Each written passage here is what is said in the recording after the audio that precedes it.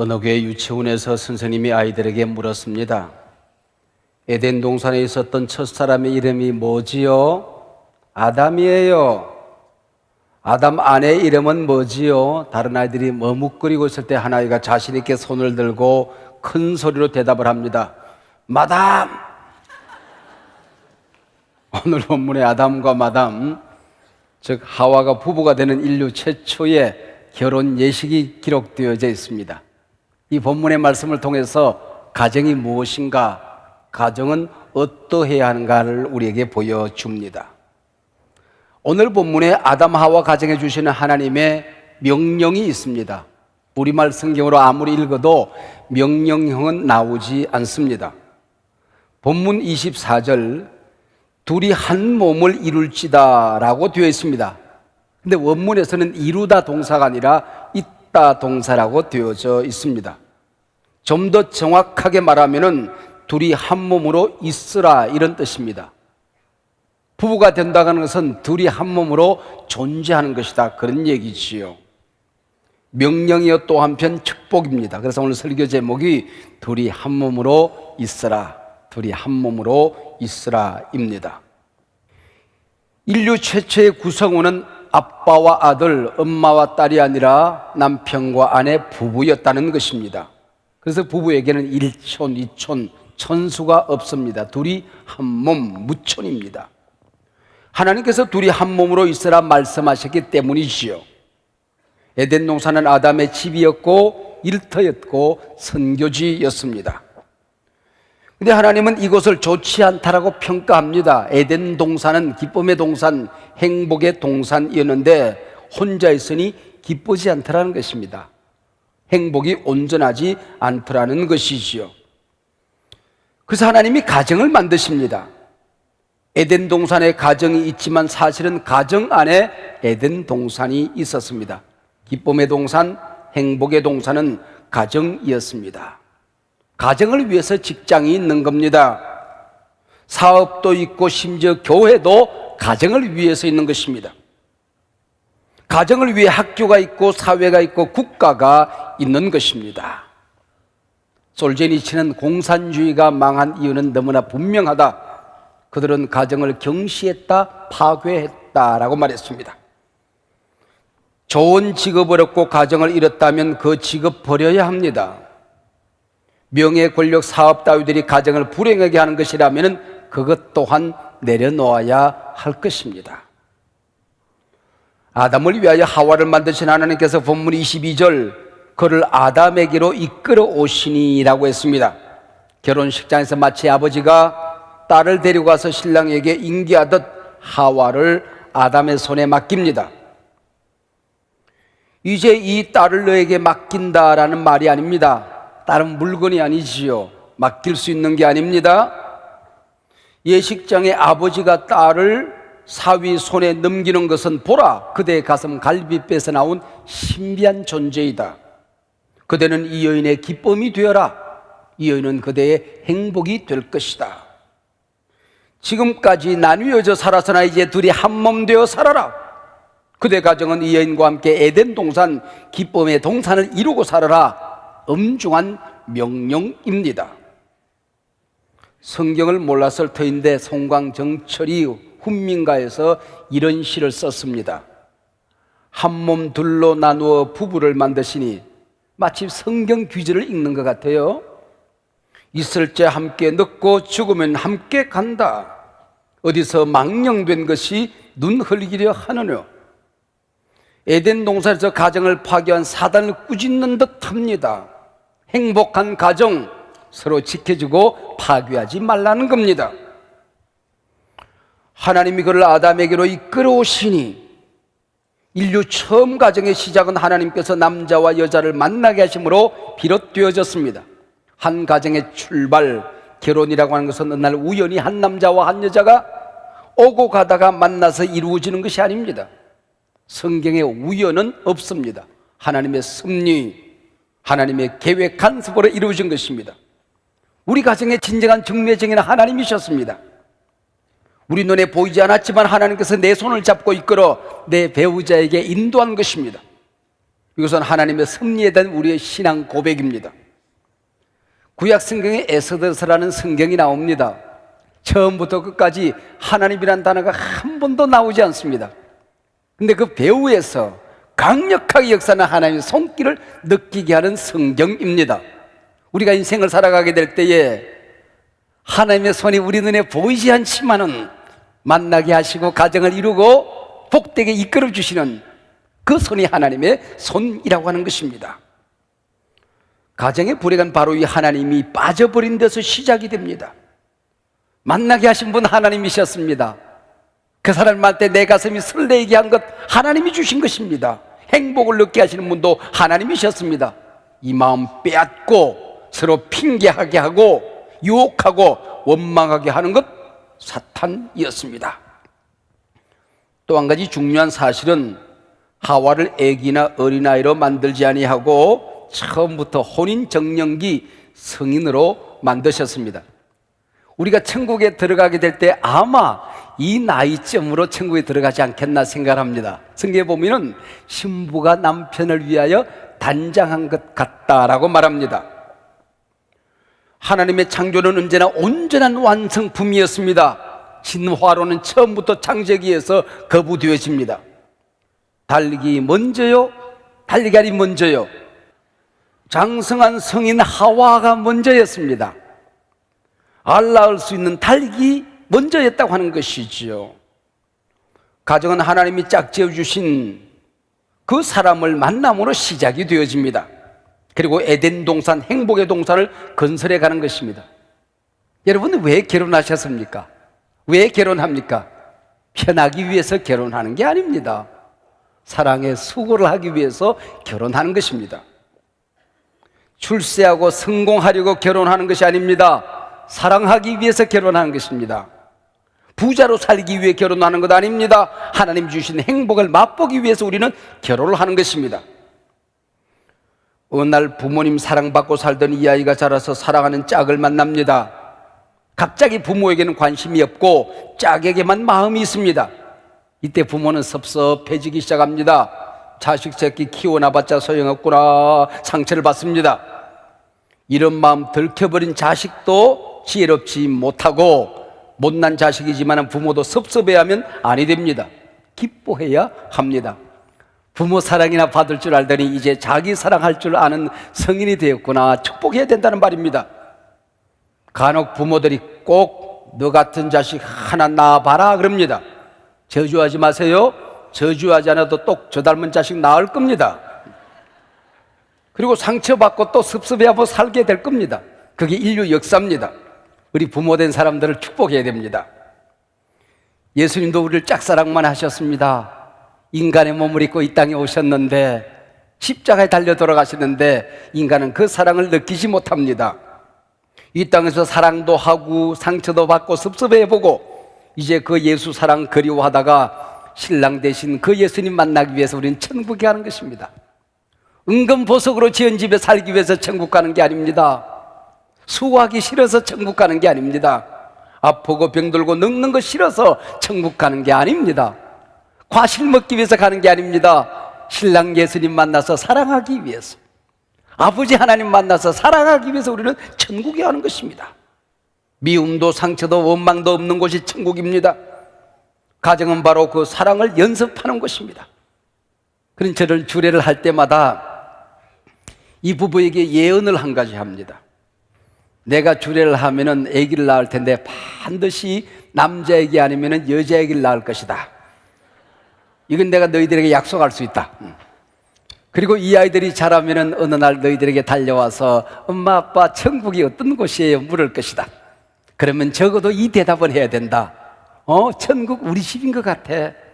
엄마 아빠가 이렇게 사랑하면 행복한데, 너희들이 엄마 아빠 좋아하면서 이렇게 잘 자라는데, 엄마 아빠가 너희들 보면서 이렇게 기쁜데 여기가 천국 아니겠니? 이 얘기를 할 수 있어야 된다라고 제가 권면을 합니다. 오래전 고 이중표 목사님이 우리에게 오셔서 하신 말씀입니다. 그분이 친히 하신 말씀이니 아마 사실일 겁니다. 저 우이동에 가면은 크리스천 아카데미 하우스가 있습니다. 거기서 목사님들과 다른 종교의 사제들 그리고 승려들이 함께 모임을 가지고 있었던 모양입니다. 한 사제가 묻더랍니다. 목사님께 와서, 목사님, 개신교 목사님들은 다 설교를 잘하시는데 그 설교를 잘하는 비결이 무엇입니까? 그래서 한마디로 요약해서 가르쳐 주었답니다. 장가가. 모든 성경이 가정으로 설명되어졌습니다. 아버지와 아들. 예수님은 우리의 신랑, 우리는 신부. 그러니 사랑도 해보고 장가도 가고 자식도 낳고 아버지가 되어봐야 성경이 눈에 보이는 거야. 그렇게 말씀을 했답니다. 일리가 있다고 말씀을 하시더랍니다. 그래서 제게 그렇게 말씀하셨어요. 요 목사, 우리 함께 기도해. 장가가는 신부님 잘하면 나올 것 같아.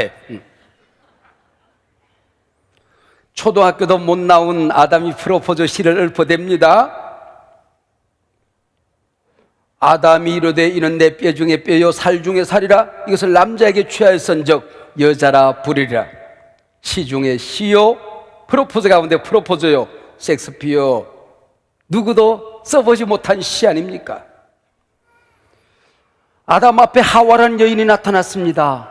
아름다운 꽃들을 많이 보았습니다. 진귀한 풀들을 보았습니다. 아름다운 곤충들, 수많은 동물들과 함께 사귐을 가졌습니다. 근데 그것들이 나타났을 때와는 너무나도 다른 감정이었습니다. 생전 처음 보는 여자인데 가슴이 뛰기 시작했습니다. 얼굴의 체온이 달라지기 시작했습니다. 하나님이 피조물 가운데 뒤로 갈수록 아름다운 작품을 만들었대요. 그래서 하나님 만든 피조물 가운데 가장 아름다운 작품이, 최고의 걸작품이 여자랍니다. 예술가들의 말을 빌리면은 그란데 캐년이 아름답고 이가수 폭포가 아름답지만은 이 여자보다 아름답지는 않다는 것입니다. 하와를 보았을 때 당신은 내 뼈 중에 뼈요 살 중에 살입니다. 내게서 나왔으니 여자라 부를 것입니다. 사랑할 사람을 만난 감탄의 시였습니다. 이 여인에게서 또 다른 자신을 본 것입니다. 하나여서나 나뉘어 살아왔던 분신을 본 것입니다. 나누어 살아서는 안 되는 존재를 본 것입니다. 이것이 부부입니다. 둘이 한 몸으로 있으라. 하나님의 명령입니다. 행복이 무엇입니까? 미치도록 사랑할 만한 사람을 만나면 평생 행복할 수 있답니다. 미치도록 좋아할 수 있는 일거리를 만나면 평생 행복하게 살 수 있다는 것입니다. 아담의 프로포즈를 받고 하와가 응답을 했겠지요. 그러나 성경에 생략이 되어져 있습니다. 내 몸은 당신에게서 나왔습니다. 내 뼈는 전부 당신의 것입니다. 내 살 또한 당신에게 속했습니다. 그래서 나는 당신 거라예. 아마 이 정도가 응답이 아니었을까 생각을 합니다. 이건 전적으로 제 상상일 뿐이죠. 하나님이 주례를 시작하십니다. 하객으로 온갖 동물을 대표하는 피조물들이 참석을 했을 것입니다. 결혼식 후에 피로연 잔치는 있었을까요? 없었을까요? 축가는 누가 불렀을까요? 자유롭게 상상을 하시면서 성경을 읽어볼 수 있을 것입니다. 드디어 하나님이 주례사를 펼칩니다. 창세기 저자는 하나님의 주례사를 한마디로 요약을 합니다. 이러므로 남자가 부모를 떠나 그의 아내와 합하여 둘이 한 몸을 이룰지로다. 오늘 본문 24절 하나님의 주례사는 세 가지 동사로 이루어져 있습니다. 첫 번째 동사가 떠나라입니다. 우리 문화에서는 여자가 부모를 떠나 남자 집으로 옵니다. 그러나 성경은 남자가 부모를 떠나 부모가 있던 자리에 아내가 들어서는 것입니다. 이게 가정입니다. 대가족 제도를 나무라는 것이 아닙니다. 함께 살아도 떠나 있을 수 있는 것이고, 떠나 있어도 함께 의지하며 살 수 있는 것입니다. 아무튼 떠나라 말씀하십니다. 떠나라니 공경하지 않아도 된다는 말입니까? 아닙니다. 함께 있으나 떠나 있으나 내 부모 공경하는 것이 첫 번째 원칙입니다. 두 번째 동사는 결합하다 동사입니다. 접착제로 붙여서 꽁꽁 묶고 하나가 되게 한다는 뜻입니다. 접착제로 붙이기 위해서는 이 둘 사이에 아무것도 끼어 있으면 안 됩니다. 결합하기 위해서는 상처나 죄, 잘못된 것들이 깨끗이 닦아져 있어야 됩니다. 물기 하나도 안 됩니다. 녹이 썰어도 아니 됩니다. 먼지 하나도 없어야 됩니다. 이런 것들이 끼어 있으면 접착제는 제대로 붙지 않습니다. 누구에게나 치유되지 않은 상처들이 있으면 곪고 터집니다. 고백되어지고 예수 그리스도의 이름으로 치유되어야 연합적 접착이 일어나는 것입니다. 먼지 한 돌까지 깨끗이 씻어냈으면 이제 부처 접착제를 발라 묶어야 됩니다. 사랑과 용서라는 접착제입니다. 씻는 것은 예수님의 보혈이요, 접착제는 예수님의 전폭적인 절대적인 사랑입니다. 제가 어린 시절 개구장이라서 운동을 하다가 오른팔이 부러졌습니다. 지금 운동하다가 거울에 비춰보면 오른팔보다는 왼쪽 팔이 훨씬 더 뼈가 굵어져 있습니다. 뼈도 이게 접착이 잘 되면 굵어집니다. 이게 부러진 나무도 접착제를 붙이면 훨씬 더 단단해진다고 합니다. 이게 바로 접착제의 힘이라고 하는 것이죠. 세 번째 동사는 이미 말씀드렸죠. 있다 동사입니다. 있으랍니다. 둘이 한 몸으로 있으라입니다. 아내에게 바치는 노래라는 게 있습니다. 나는 다시 태어나도 당신만은 사랑할래요 하는 노래입니다. 그 노래를 듣다 말고 물었습니다. 당신 다시 태어나도 나랑 살래? 그랬더니 미쳤어 그러더랍니다. 미친 대답입니다. 그런 대답하면 못 씁니다. 당신 좋은 사람이지만 한번 살아봤으면 되었지 뭐. 좀 얄밉긴 하지만은 지혜가 있는 대답입니다. 여러분, 무조건 다시 산다고 대답하십시오. 저에게 100번 물어도 저는 무조건 산다고 대답합니다. 왜? 질문이 바보 같은 질문입니다. 절대로 다시 태어나지 않습니다. 이처럼 하나님의 주례 아래 아름다운 결혼식을 치룬 아담과 하와가 어떻게 살았을까요? 밥은 누가 했을까요? 설거지는 누가 했을까요? 취미 생활은 뭘 했을까요? 부부싸움을 했을까요? 안 했을까요? 그들이 어떻게 살았는가? 창세기 저자는 아담 하와 가정이 어떻게 살았는지를 짧으나 임팩트 있게 기록을 합니다. 한마디로 오늘 본문 창세기 2장 25절 말씀입니다. 아담과 그의 아내 두 사람이 벌거벗었으나 부끄러워하지 아니하니라. 그렇습니다. 에덴의 가정은 벌거벗었으나 부끄러워하지 않는 곳입니다. 서로 감출 것이 없습니다. 부부는 병풍 가리고 가리개로 가리고 사는 것 아닙니다. 가정은 훈장 달고 계급장 붙이고 사는 것도 아닙니다. 모자로 머리 가리고 넥타이 매고 분장하는 것도 아닙니다. 다 붙고 사는 것입니다. 집에 들어가면 제일 먼저 하는 것이 옷을 벗는 일이죠. 제가 우리 집에 들어갈 때 목사로 집에 들어가지 않습니다. 내 어머니의 아들로 들어갑니다. 한 여인의 남편으로 들어갑니다. 우리 아이들의 아빠로 집에 들어가는 것이죠. 그래서 집에 들어가면 제일 먼저 하는 일이 넥타이를 푸는 일입니다. 그리고 옷을 벗는 일이죠. 여러분이 우리 집에 놀러 오실 때에 넥타이 메고 정장 입고 있는 목사를 기대하지 마시길 바랍니다. 부부가 벌거벗고 산다는 말은 서로의 허물을 보지 않는다는 말입니다. 허물이 보이면 지옥입니다. 허물이 가려지면 천국입니다. 실수와 약점이 자꾸 보이면 지옥이 됩니다. 장점과 좋은 점이 드러나면 천국이 되는 것입니다. 비판과 저주가 난무하면 지옥이 되는 것입니다. 칭찬, 격려, 축복이 무성해지면 천국이 되는 것입니다. 그래서 가정은 지옥이 될 수도 있는 게고 천국이 될 수도 있는 겁니다. 언제부터 인간이 부끄러워하기 시작했을까요? 현악가를 따먹고 나서부터, 죄가 들어오고 나서부터 하나님 앞에 부끄러운 존재가 된 것입니다. 자기 자신 앞에 자신감이 없어졌습니다. 이웃 앞에 부끄러운 존재가 되었습니다. 그래서 가정 안에 예수 그리스도의 보혈이 넘쳐야 천국이 되는 것입니다. 용서와 치료제가 넘쳐야 천국이 되는 것입니다. 성령으로 충만해야 되는 것입니다. 에베소서에서 성령으로 충만하라. 그 다음에 어떤 말이 나오는지 아세요?